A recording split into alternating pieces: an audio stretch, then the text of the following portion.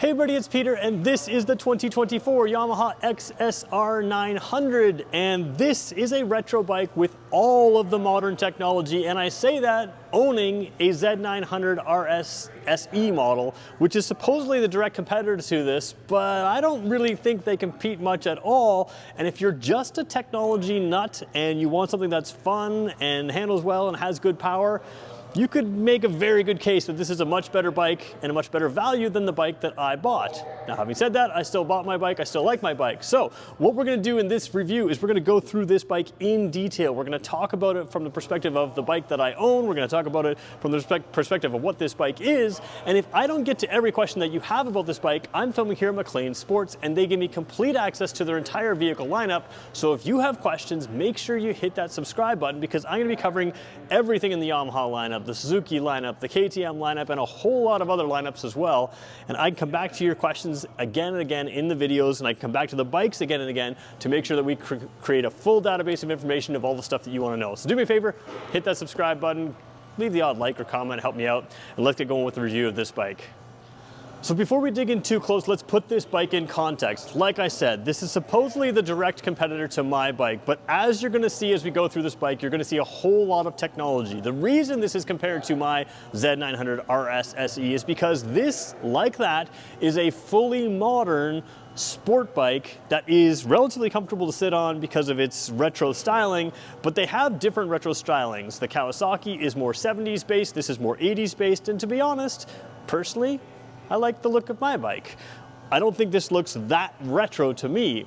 Either way, it doesn't bother me that it's not retro. What makes it cool is it's a really good motorcycle. So what we're gonna do in this video is start at the front, work our way through this bike. We're gonna talk about the features, what makes it unique, what makes it good. We're gonna talk about what makes it basically a modern bike, and we're gonna help you decide if it's right for you. So let's get going, starting with the front wheel.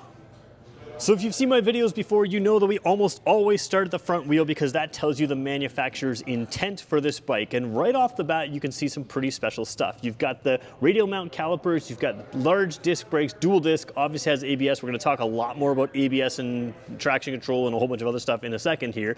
You've got forged lightweight wheels, which, you know, is pretty typical for the class. They make a special mention that these are forged lightweight wheels, which, you know, again, matters.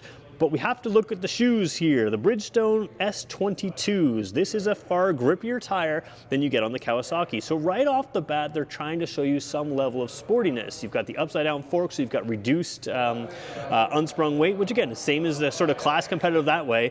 My particular bike has full Brembo system with the braided lines, but this bike comes in much less expensive than that, and as you'll see in a few minutes here, has a lot more technology. So again, better rubber, really hints at a little bit more sporting capability, but overall, this is full modern sport bike. So when we talk about these retro bikes, again, full modern sport bike. It's designed to look like an 80s bike, but this is, again, not an old bike in any way. Let's move back and look at the heart of this bike. So taking a look at the heart of this bike, you're gonna think the engine, of course the engine is the heart of this bike, shared with the MT-09. This is a 3-cylinder, 887cc, 900-ish cc engine. They say it's made for high torque, which of course it is. It's a really wonderful engine that a lot of people really like to drive, really like to ride, excuse me. And the engine is, of course, a key piece of this bike. It makes it fun, it has a lot of character, it's got that 270-degree crank, so it sounds pretty cool. But the one thing that I think a lot of people miss is this nice aluminum frame here, that's solid aluminum frame. What you have there is something that's unique in this class and very super sport-like. So again, a little bit of step up in the tires, a little bit of step up in the frame. The engine is certainly class competitive in there. You've got, we'll talk about the shifter in a second. We'll go to the other side and talk about some of that stuff, but a lot of good stuff down here. And then the swing arm is fully visible because all of the exhaust and everything else down here is underneath. So again, to me, this doesn't feel as retro with the modern frame, with the modern front wheel, and then with this down here. This is, you know, EU compliant, so basically it's emissions compliant around the world, but you also don't have the exhaust up here. I think, to me, the exhaust up the side would give it more of a retro look. Everything's down here, and again, this is all about performance as well. It keeps all the weight down low, no extra weight up the side, so it's reduced weight, but also a great placement for the weight, because there's a lot of heavy sort of metals in there, and that's gonna contribute to great handling. So again, really a fully modern bike all the way back to this point. The tank is probably the most retro design piece, and really it's not so much retro design to me. But we'll look at that in a second. Let's move our way back to the rear wheel. So take a look at the rear wheel, rear tire, rear brake. Again, that wide open swing arm there. Again, we talked about sort of the improved tires on there. You can sort of see the angle of the sort of the 10-spoke wheels there, sort of like a 5-spoke design with a sort of a split design, and they're all sort of canted backwards a little bit or forwards, I guess, depends on how you look at it, but kind of a cool look there. What else is interesting up here is the seat. Now we're looking kind of at a lower perspective here, kind of looks messier on the camera here than it does in real life, but I wanted to kind of show you the rear foot pegs. So you've got the rear one there that sits up like that, the front one, you know, I say rear, but you know, left and right side. But you can see they kind of fold down in a weird kind of way. Let's take a better look at that right now. So here we are on the front side here, and you can sort of see them again. They go up like that, they come down like that. And again, what that does is create a nice open feeling there, so you can really accentuate the seat, and the seat is what looks really retro. Let's take a look at what it looks like with someone on this and look at the riding position.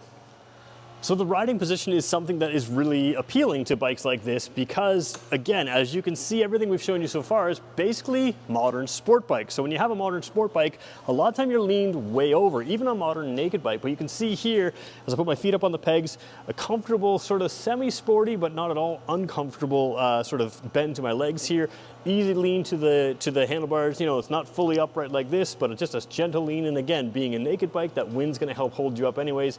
There's really no weight on the hands at all, so you can really be comfortable here. And that's one of the key things. Now, a cool thing about this is you can sort of see the mirrors on the side here on the outside of the handlebars here instead of sort of inside. I think they do that because the controls here might be in the way. The mirrors might have to be way inset with big arms on them. But again, well-placed mirrors outside your hand, so again, not in the way, and it looks pretty cool as well. It's not something that you have to add aftermarket. So we're going to talk about the clutch here. When we get to that, really light clutch. We're going to talk about the brakes when we get there as well, sort of the direct action, again, different kind of style to some of this, which again shows that it's a step above a lot of the bikes below this. So it's a nice step up if this is a bike that you're considering. Let's get in a little closer and take a look at some of the controls here. So a bit of a busy shot here, but we're looking at the front brake lever, and of course you can see the rest of the brakes weren't branded Brembo. There's no steel braided lines or anything like that, but you do have the Brembo branding up top here. And what this is a direct action, so it presses right down onto that, and what that does is gives you a really improved feel. So again, not alone in the class, but in the other class, you know, my bike, for instance, the Kawasaki, you have to step up to the SE model, which is with a full Brembo brake front package, to get that kind of brake lever. So again, all about good riding feel, good overall feel there as well. But let's take a look at a lot of the controls because there's a whole lot to talk about here.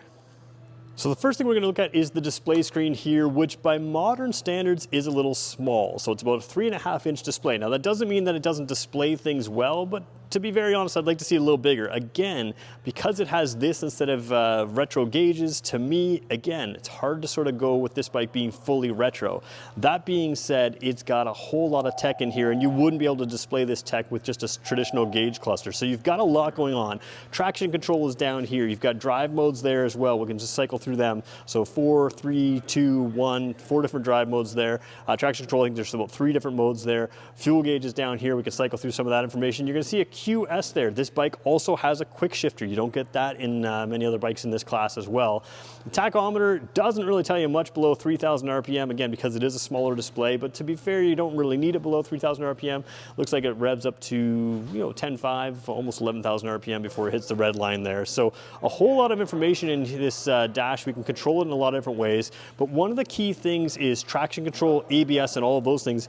They're actually controlled by a Sixaxis IMU. So let's just talk about that really quickly before we show you the rest of the controls. So talking about a Sixaxis IMU, what that does is it can sense if the bike is leaning towards you or leaning away from you. It can sense if it's wheeling or if it's doing a stoppie. It can sense any twisting motion on any of those axes as well. So if you jam on the rear brake and slide that rear end out, it can feel that and it can adapt to it with your traction control, with your ABS, with all kinds of rider aids. It can help you prevent wheelies, not just through the traction control, but also through the sort of lift control. So all of that is sensed. It's kind of like your cell phone can sense any direction that it's in. This bike can sense any direction it's in, but then it can send control. So your ABS is lean sensitive ABS. Your traction control is lean sensitive traction control. All of those things matter. And again, it kind of moves me away from this being a retro bike. It's got so many things in this bike that are just better than a traditional retro bike and better than certainly bikes of the past.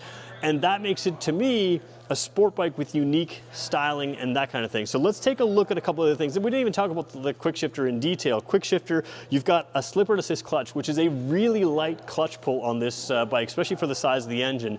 And then of course you only have to use that to slip into first gear.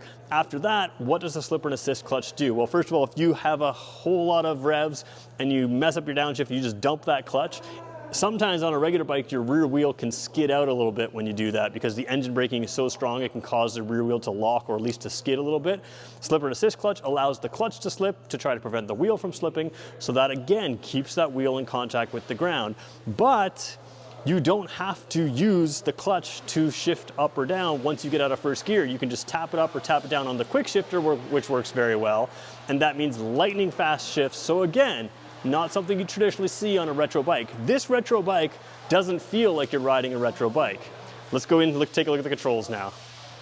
So taking a look at the left side handlebar, that clutch lever, again, you can pull that sort of almost, I mean, I could pull with one finger, but comfortably with two fingers. I was reviewing the Ninja 500 the other day, which you could pull with one finger. So it's a light clutch, not quite as light as the lightest available, but a very light clutch for what it is. Now, there's a lot of controls here. First of all, one you don't see. There's a trigger over here. Oftentimes that trigger is a flash to pass your high beam, but on this bike, you just press this to flash to pass. So what this does, it changes modes. Remember we showed you the traction control and the drive modes? Well, that's what this switches between. So you just tap that and you can switch between your traction control, and then this is the button that controls up or down on those menus. So traction control 1, 2, and M, which I believe is the mode that lets that rear wheel slip out, and then the 1, 2, 3, 4 of the drive modes. But again, switching between traction control and the drive mode. So let's go here, we could go just drive modes, and here we could go back to traction control. So you can individually customize those out.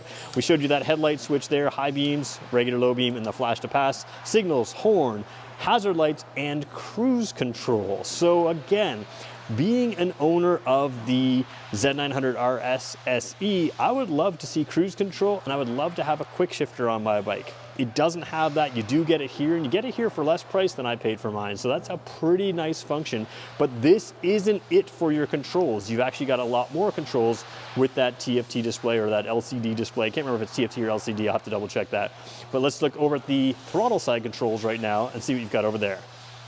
So over here on the throttle side controls, of course, that kill switch, which is also your start switch down there. You can press that down to start it. We're going to keep the kill switch on. And then you've got the menu scroll button. So you can scroll through a lot of the different information, fuel efficiency, other types of things in your LCD screen or TFT display, that screen display as well. So you can cycle through them here by pressing and by also rolling as well. So you've got some options in there. So quite a few controls, all fairly well placed. I think the majority of them you're going to use on the left side, but again, this does give you a little bit of information to scroll through on this side as well.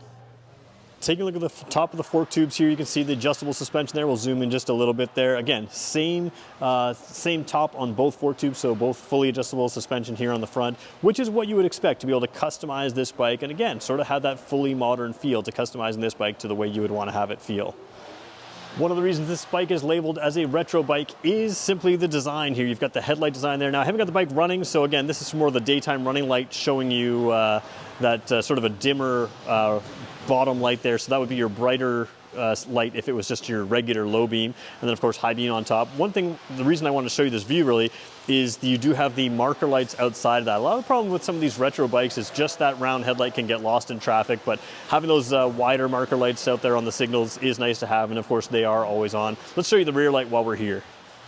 Take a look at the rear light there. You can see no marker lights on the rear, just that tail light there. But if we grab that brake light, again, bright LED light there as well. And of course, you've got the hazard lights, so might as well show you those signal lights that are also LED. Worth pointing out, some of the retro bikes don't have the LED lights. This one does. So again, a lot of modernness in this bike. So let's talk about who this bike is for. To me, as you can tell, it really doesn't strike me as that much of a retro bike. To me, this is a comfortable, well-equipped naked bike with unique styling for today that allows it to be an upright seating position, and like I said, it's that great feature content that makes this bike stand out. It's a pretty good value for something that doesn't look like every other bike on the road. So overall, seating position being comfortable, that really matters to me. Having cruise control and a quick shifter would have been enough for me, but adding that Sixaxis IMU, which means your ABS, traction control, lift control, all those things are lean sensitive, that kind of thing, that's really good technology. The adjustable suspension, all good stuff, quality brakes, all of that's good. The only thing I don't like is the screen's a little small by today's standards, but that's just comparing it to today's standards. It's fully legible and gives you the information you need, including all of the information on all of the technology that's in this bike, and that makes it really, really interesting. So again, let's talk about this compared to the bike that I own. The bike that I own costs more. It does have a better Öhlins rear shock. It does have the full Brembo system, so technically you could say it has better brakes, and it's a 4-cylinder engine, so it feels a little different than the 3-cylinder engine.